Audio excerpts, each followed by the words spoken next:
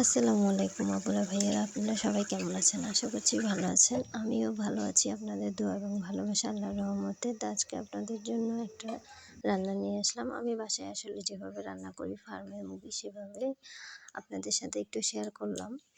তো আমি এখানে সর্বপ্রথমে তেল দিয়ে দিয়েছি কড়াইতে, তারপরে পেঁয়াজ দিলাম, তারপরে একটা তেজপাতা আর হচ্ছে লং দিয়েছি।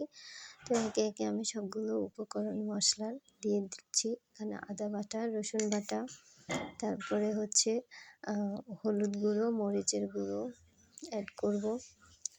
তারপরে আমার 22 মশলার গুঁড়ো সেটা হচ্ছে 22 পদের মশলা দিয়ে আমি তৈরি করেছি, বাসায় ঘরোয়াভাবে তৈরি করা। তো সেটাই দিব, পরিমাণ মতো সব কিছু দিয়ে দিব, লবণ দিয়ে দিব। তো আপনারা এখানে দেখতেই পাচ্ছেন, এই যে লাস্টে আমি লবণ দিয়ে দিলাম। এখন নাড়াচাড়া করে সম্পূর্ণ কষিয়ে তো মশলাগুলো কষানো শেষ হয়ে গেছে অলরেডি। আমার এবারে মাংসগুলো ঢেলে দিচ্ছি, দেখতে পাচ্ছেন এখানে।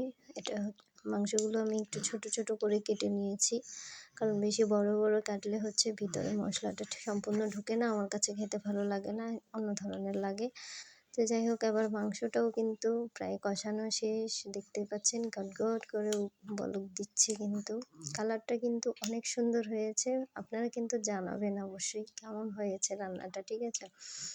আমার যে মশলার উপকরণগুলো দেওয়া সেটা ঠিক আছে কিনা অবশ্যই সেটাও কমেন্টে জানাবেন। আমার যদি রান্নায় ভুল হয় কোনো কিছুতে, সেটাও অবশ্যই আপনারা কমেন্টে জানাতে পারেন। কারণ আমি আসলে ঘরোয়াভাবে যেটা রান্না করি সেটাই আপনাদের সাথে শেয়ার করলাম। তো আমার মাংসগুলো কষানো শেষে আমি এখন আলুগুলো ঢেলে দিয়েছি। আলুগুলো এবারে ভালোভাবে কষিয়ে নেওয়ার পালা।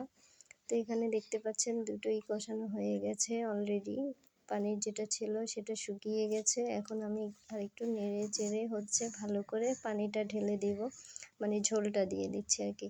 তো ঝোলটা দেওয়ার পরে দেখেন অরিজিনাল কালারটা কত সুন্দর আসছে, অসাম আসছে।